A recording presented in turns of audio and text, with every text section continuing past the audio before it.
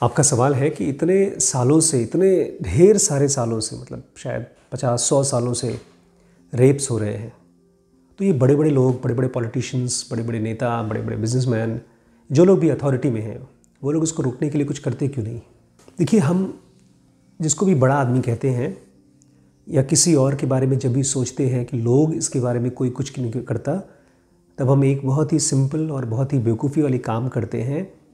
हम अपने आप को निकाल देते हैं बाहर। मतलब हम तो बड़े आदमी हैं नहीं, कोई बड़ा पॉलिटिशियन है, मोदी है, या कोई बड़ा बिजनेसमैन है जिसके पास बहुत पैसा है, वो कुछ करे। और हम जब इस तरह की बातें करते हैं तो हमको ये लगता है कि हम कोई बहुत समझदारी वाली बात कर रहे हैं, कोई ऐसी बात कर रहे हैं कि अगर मेरी बात किसी इंटेलिजेंट आदमी को या पावरफुल आदमी को पता चल जाए तो उससे रेवोल्यूशन आ जाएगा। लेकिन सच्चाई ये है कि हम इस समय क्यों सोच रहे हैं इसके बारे में कि रेप रोका जाए। आज क्यों सोच रहे हैं?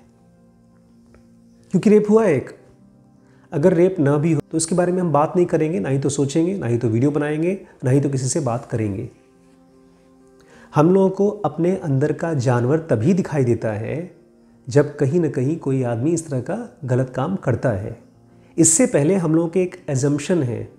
क्या एजम्पशन है? कि हम सब लोग बहुत ही अच्छे आदमी हैं, सिविलाइज्ड आदमी हैं। आपके घर में एक आदमी आता है, आप उसको देखकर पहचान सकते हैं कि वो अच्छा आदमी है कि रेपिस्ट है? नहीं पहचान सकते। लेकिन क्या आप पहचानना चाहते हैं?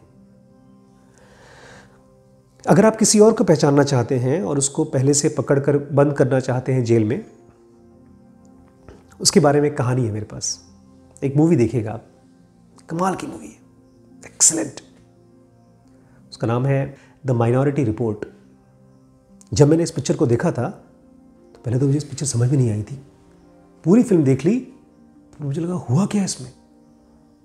ये फिल्म आज से 50 साल एडवांस्ड फिल्म है, या शायद 100 साल एडवांस्ड फिल्म है। कि यही जैसे रेप और मर्डर का काम इतना बढ़ गया है कि टेक्नोलॉजी का सोल्यूशन लेकर आते हैं वो लोग। तो उसमें एक कंपनी है जो इसके पास अपने खुद के पुलिस है, मार्शल आर्ट्स जानने वाली, लड़ाई जानने वाली। ये गवर्नमेंट की संस्था नहीं है, कोई बहुत बड़ी संस्था है, अमीरों की संस्था है। और इनके पास एक बहुत ही सोफिस्टिकेटेड गूगल जैसी सर्च इंजन है। और 3 ऐसे बच्चे हैं जो लोग कहीं पर कुछ भी गलत हो रहा है, किसी का रेप हो रहा है, किसी का मर्डर हो रहा है, उस चीज़ को सपने में पहले से जान लेते हैं। उनको इंट्यूशन की स्पेशल एबिलिटी है। लेकिन कोई आदमी सपने में जानेगा तो हम लोगों को क्या फ़ायदा? लेकिन टेक्नोलॉजी बहुत आगे बढ़ गई है। ऐसी मशीन बन गई है कि आप उसको दिमाग में लगा दीजिए और जो भी चीज़ आप सपने में देखते हैं वो सब स्क्रीन में आ जाता है। बाकी लोगों के सपने नहीं, लेकिन इन लोगों के सपने एकदम प्रिसाइज डेट और टाइम की चीज़ों को पहले से ही आभास कर लेते हैं। उसको बोलते हैं इंट्यूशन। और इतना ही नहीं, ये सब चीज़ें होने के बाद वो सपना देख लिया, उसको कौन मरने वाला है और कौन मारने वाला है, इन दोनों का नाम ट्रर करके स्क्रीन पे आ जाता है। और किस समय ये घटना होने वाली है वो भी स्क्रीन पे आ जाता है। और उसके बाद इनका काम होता है, ये जाए फटाफट पुलिस वहाँ पहुँचे और उन लोगों को पकड़े और जेल में डाल दे। लेकिन उस समय जेल भी बहुत एडवांस्ड हो चुका है। उसमें उन लोगों को एक तरह का चेम्बर में डाल देते हैं, उनको फांसी नहीं देते, उनको फ्रीज कर देते हैं, उनको सुला देते हैं सुई दे करके। Excellent system. जहाँ पर एक साल में 50,000 मर्डर्स हुआ करते थे, रेप हुआ करते थे, वहाँ घट करके अचानक से केवल 50 या 100 हो रहे हैं। एरर होता है ना, कुछ कुछ जगहों पर नहीं मालूम पड़ता, कुछ कुछ सपने नहीं देख पाते। सब कुछ फर्स्ट क्लास चल रहा था, मर्डर कम हो गए, रेप कम हो गए। यही एक प्रॉब्लम आई। स्क्रीन पे जो मेन ऑफिसर था वो देख रहा था कि नेक्स्ट मर्डर कौन सा होने वाला है, तो एक किसी का मर्डर दिखाई दिया, ये मर रहा है, और मारने वाला कौन? ये पुलिस वाला। अब जो बंदा पुलिस वाला था, जो सबको जाके पकड़ता था, यही कि 36 घंटे बाद ये किसी ऐसे आदमी को मारने वाला है जिसको वो जानता ही नहीं। इसके पहले एक और बड़ी प्रॉब्लम थी। ये सिस्टम अपने आप में फ्लॉड सिस्टम था। कैसे? आप एक आदमी को पकड़कर जेल में डाल रहे हो, किस चीज़ के लिए? किसी ऐसे मर्डर के लिए जो करने वाला है, किसी ऐसे रेप के लिए जो करने वाला है। किया तो है नहीं। अगर आज कोई आदमी आपके पास आए और आपको पकड़ करके जेल में डाल दे, क्यों? तुम 2 दिन बाद किसी का खून करने वाले थे, इसलिए हम तुमको जेल में डाल दिए, तो अब क्या बोलेंगे? पागल हो गए हो तुम? भैया मैंने कुछ नहीं किया। लेकिन हमारे पास डाटा है, पिछले साल हमने इस सिस्टम को लागू नहीं किया था तो एक साल में 50,000 लोग मरे थे, लेकिन हमने देखो 50,000 लोगों को जेल में डाल दिया है, नए नए लोगों को, और मर्डर नहीं हुआ। इसका मतलब जो लोगों को हमने जेल में डाला है वही मर्डर करने वाले थे। बट सजा तो आप तब देते हैं जब मर्डर हो चुका है। क्यों सजा देते हैं? आपको लगता है कि उस सजा से लोग बदलते हैं? नहीं, सजा लोग देते हैं क्योंकि लोगों के अंदर में रिवेंज की भावना होती है। प्लस लोग एक अजीबोगरीब आइडिया में हैं कि अगर सजा दे दी गई तो उससे दूसरे लोग डरेंगे और इस तरह की गलती नहीं करेंगे। फिल्म देखिएगा, इसका एंड क्या हुआ आप देख करके मुझे कमेंट सेक्शन में बताइएगा। माइनॉरिटी रिपोर्ट, और मेरा one of the best top most जो फिल्म डायरेक्टर हैं स्टीवन स्पीलबर्ग, उन्होंने बनाई है। एनीवेज, तो जिनको भी हम कहते हैं कि ये लोग इम्पॉर्टेंट आदमी हैं, ये लोग की ताकत है, जैसे डीएम है, एसडीएम है, पुलिस के बड़े बड़े ऑफिसर्स हैं, ये सब के सब केवल इंसान हैं। इंसान मतलब इनके मन में थोड़ी सी इंटेलिजेंस है, थोड़ा सा ढेर सारा इमोशन है और ढेर सारा एनिमल है। मैं क्यों बोल रहा हूँ ढेर सारा एनिमल है, ढेर सारा इमोशन है? क्योंकि यही लोग, इम्पॉर्टेंट लोग, जब दिन में 6 घंटे 7 घंटे धूप में खड़े रहते हैं तो उनको गुस्सा आता है, डिप्रेशन आता है। फिर ये लोग जा कर के अपने आप को रिलैक्स कराते हैं। कभी कोई पार्टी में चला जाएगा, कभी कोई शराब पी लेगा, और जब पार्टी में जाएगा, शराब पिएगा, तब क्या होगा? बेहोश हो जाएगा। जब बेहोश हो जाएगा और उससे फिर क्या होने के चांसेस बढ़ जाएंगे? रेप और मर्डर। तो एक तरफ हम किसी से बहुत काम करा रहे हैं, भाई काम उसका काम है, उसकी जॉब लगी है भाई, पुलिस की या किसी एसडीएम की, डीएम की, पॉलिटिशियन की, वो 24 घंटे काम करता रहता है। और उसके बाद हर रोज़, अभी मेरे पास तो खाली 50 या 100 मरीज़ आते हैं, उसमें मैं थक जाता हूँ। लेकिन इनके पास तो उनका काम का कोई अंत नहीं है। अगर अभी रात को 2 बजे कहीं किसी गांव में कुछ केस हो जाता है, जैसे एक केस हुआ, तो डीएम को और पुलिस को फटाफट वहाँ पहुँचना पड़ेगा। देखने में बड़े पावरफुल लगते हैं, बट ये अपने आप में बड़ी, बहुत ही वल्नरेबल, बड़ी खतरनाक स्टेट में है। आज अगर मैं डीएम हूँ एक शहर का, और मेरे शहर में या मेरे पूरे डिस्ट्रिक्ट में कम से कम 500 गांव हैं। 500 गांव में कम से कम 1 करोड़ लोग रहते हैं। उन 1 करोड़ में कौन क्या कर लेगा मुझे कैसे क्या पता? और अगर मैं एक किसी बहुत दूर के गांव में कोई रेप हुआ है, उसमें से किसी को पता नहीं किसने किया है, वो पता नहीं है, क्योंकि वो खबर मेरे पास पहुंच रही है तो उड़ी उड़ी खबर पहुंच रही है, उसने किया होगा, नहीं इसने किया होगा, शायद मर्डर हुआ होगा या उसको सुसाइड किया होगा, पता नहीं साफ।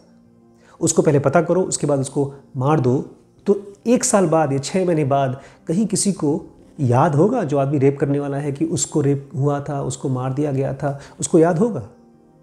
उसको तो बहस में भी नहीं होगा, तो शराब पी के नशे में है। जो नया रेप करने वाला है वो एग्जैक्टली वैसे ही है जैसे एक जंगल में शेर। शेर क्या करता है? ऐसे देखता रहता है, उसको भूख लगी होती है बहुत जोरों से, और जैसे ही कोई शिकार दिखाई देता है एकदम चौकन्ना हो करके पकड़ता है, चीरता है, खाता है, छोड़ता है, बाकी तुम लोग खाओ। तो जो लोग भी रेप करते हैं वो इन्हीं जानवर की तरह उनके बॉडी में भूख है, सेक्स की भूख है, और वो भी गंदे वाले सेक्स की भूख है। गंदा वाला सेक्स क्या? जिसमें आपको सेक्स और मर्डर करने में मज़ा आता है। एक होता है सेक्स का भूख, उसमें आपको मज़ा आता है सेक्स करने में। एक होता है गंदा वाला सेक्स, जैसे मैंने बताया कि मारना, पीटना। उसी में एक और गंदा वाला सेक्स आता है, इसमें कि आपको एक आदमी से मज़ा नहीं आ रहा है, आप 100 के साथ सोना चाहते हो। ये भी बेवकूफ़ी है, बिकॉज अपने आप में सेक्स बहुत ही ख़तरनाक चीज़ है इमोशन के लिए, इंटेलिजेंस के लिए। क्यों? क्योंकि जब कोई किसी के साथ सेक्स करता है तो दोनों का इमोशंस जुड़ जाता है। अब उस इमोशन की वजह से अगर कल को ये 2 लोग जो हस्बैंड वाइफ या गर्लफ्रेंड बॉयफ्रेंड हैं किसी और के साथ जाते हैं सेक्स करने के लिए, तो गिल्ट आता है। गिल्ट जीने नहीं देता है। इसीलिए कोई आदमी अगर एक के बजाय 2 लाइफ पार्टनर बनाता है, या दो हस्बैंड वाइफ, 2 बीवी होती हैं, एक्स्ट्रा मैरिटल अफेयर होता है, उस आदमी की ज़िंदगी टॉर्चर हो जाती है। घर में बीवी से लड़ाई चल रही है और बाहर कोई और है जो उसके साथ मुझे रहना पड़ रहा है। एक नॉर्मल इंसान अगर 2 गर्लफ्रेंड रख ले तो उसकी लाइफ टॉर्चरस है। तो करता क्यों है इंसान ऐसा? क्योंकि उसको आदत पड़ गई है। उसने जैसे कोई सिगरेट पीना पहली बार पी लेता है, ऐसे ही उसने एक बार शराब पिया था, या वो सो रहा था, या पता नहीं क्या वजह थी, वो चला गया किसी और के साथ सेक्स कर लिया। और एक होता है अच्छा सेक्स। अच्छा सेक्स क्या होता है? जिसमें आप जानते हो कि हाँ, मैं फिजिकल बॉडी है और मेरे पास सेक्स की भूख है, लेकिन सेक्स के लिए प्यार बहुत ज़रूरी है और अपने आप को किसी के साथ डेडिकेट करना बहुत ज़रूरी है। नहीं तो मैं बीमार पड़ सकता हूँ, मैं पागल हो सकता हूँ। आज मैं एक के साथ सो रहा हूँ, कल उसके साथ सो रहा हूँ, परसों उसके साथ सो रहा हूँ, और हर बंदा जिसके साथ मैं सोऊंगा मुझे अपना मानेगा, मुझे प्यार करेगा और मुझसे उम्मीद करेगा कि मैं उसकी देखभाल करूँ। अगर लड़की है तो, और अगर लड़का है तो उम्मीद करेगा कि वो मेरे परिवार का हिस्सा बने, मेरी वाइफ बने, मेरे बच्चे को पैदा करे। वो सारी चीज़ें हम भूल जाते हैं जब सेक्स करते हैं एक के साथ। लेकिन अच्छा सेक्स क्या होता है? जहाँ पर आप उस सेक्स का अपने बॉडी पर तो मज़ा आता है, बॉडी में तो मज़ा आता है सेक्स का, लेकिन माइंड पे क्या असर आता है वो स्टडी करते हो और उसके ऊपर इंटेलिजेंटली उसको लागू करते हो। आज मैंने अपनी वाइफ से शादी कर रखी है। मेरे पास अगर कोई लड़की, चाहे खूबसूरत हो, चाहे कम खूबसूरत हो, चाहे यंग हो, चाहे बूढ़ी हो, मेरे पास ज़रा सा भी हिंट देती है सेक्स का, तो मैं उसको प्रॉपर हिंट दे देता हूँ साफ साफ कि इस तरह का कोई चीज़ नहीं होगा। अभी कुछ दिन पहले फेसबुक पे एक कोई लड़की थी कि लड़का था पता नहीं, रात को 12 बजे मैसेज किया उसने कि आई लव यू। तो उसका कोई जवाब नहीं दिया, उसको ब्लॉक कर दिया। ये मेरा एक तरीका था बोलने का कि इस घर में नो एंट्री है, ये घर बिक चुका है। तो ये अच्छा सेक्स है। अच्छा सेक्स कैसे होता है? एक इंटेलिजेंट एक्सपेरिमेंट के साथ, जब दो लोग एक दूसरे के साथ डेडिकेट करते हैं। लेकिन जब आप इस पूरी चीज़ को इंटेलिजेंटली सोचते नहीं हो, आप ये सोचते हो कि किसी को पकड़कर फांसी दे दो तो उससे पूरी दुनिया में रेप खत्म हो जाएंगे। ये ऐसा सोल्यूशन है जैसे कि आप कहीं आग लगी है और आप बोलते हैं यार थोड़ा सा एक बोतल पानी डाल दो तो आग खत्म हो जाएगी। ये हर इंसान के अंदर में एनिमल है, हर इंसान के अंदर में। और वो एनिमल हर रोज़ जगता है, रात को जग जाता है। वो जग जाता है जब शराब पीते हैं, वो जग जाता है जब थोड़ा बहुत कभी ड्रग्स लेता है, वो जग जाता है जब कोई उसको मारता है। मैं अपने आप से पूछ रहा था कि निर्भया केस जो हुआ था, उस बच्ची को, जो डॉक्टर थी, जो शायद मेडिकल की पढ़ाई कर रही थी, बस में उसको मारा, उसके बाद उसको उसके यूट्रस में डंडा डाल दिया। कोई आदमी किसी के साथ सेक्स करके डंडा क्यों डाल देता है? मेरे मन में किसका आंसर आया? मेरे मन में आंसर ये आया, हो ना हो इस बच्ची ने उन लोगों को, जो रेपिस्ट थे, उनको बुरा भला बोला होगा, गाली गलौज किया होगा। आप मुझे मारेंगे तो मैं भी आपको गाली दूंगा। तो जब आप ताकतवर हैं, मैं कमज़ोर हूं, आपने मुझे मारा, मैं आपको गाली दूंगा, तो आप मुझे और जोर से मारेंगे। ऐसे इन लोगों ने, ये बच्ची अकेली थी, कमज़ोर थी, इन लोगों ने रेप किया। उसने चिल्लाया होगा, डांटा होगा, इन्होंने बोला अच्छा तो रेप से नहीं मानेगी, तुझे और बताता हूँ, तो उसने डंडा डाल दिया। तो मान लीजिए आपके सामने एक कोई गुंडा आया और आपको मारता है, तो आप क्या करोगे बचने के लिए? अगर आप ताकतवर हो तो उससे लड़ाई करोगे, लेकिन अगर ताकतवर नहीं हो तो क्या करोगे? मैं ऐसे फंस गया था कुछ टाइम पहले। 3 गुंडे मेरे पास आए थे जब मैं एनटीपीसी में था।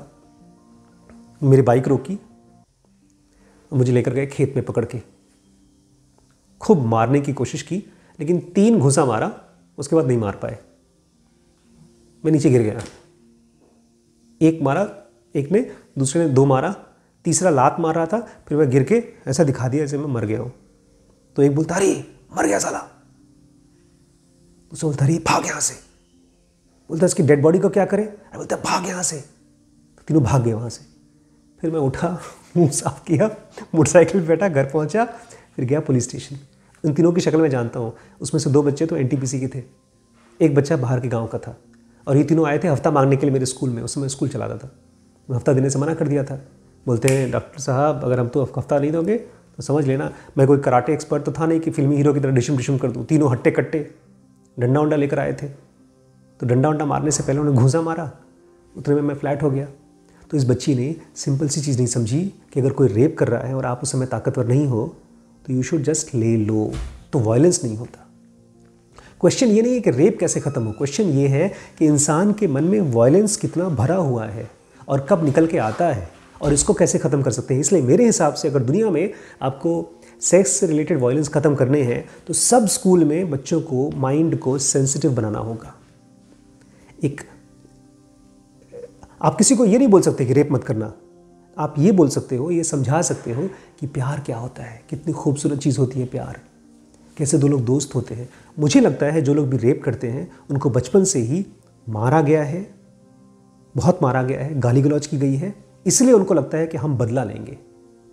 जब कहीं कोई और एक बच्ची दिखाई देती है, अकेली दिखाई देती है तो उसके ऊपर कूद पड़ते हैं, क्योंकि बचपन में मारा गया है। जितना हमको टॉर्चर किया जाएगा उतना ही हम कहीं ना कहीं बाहर निकालेंगे।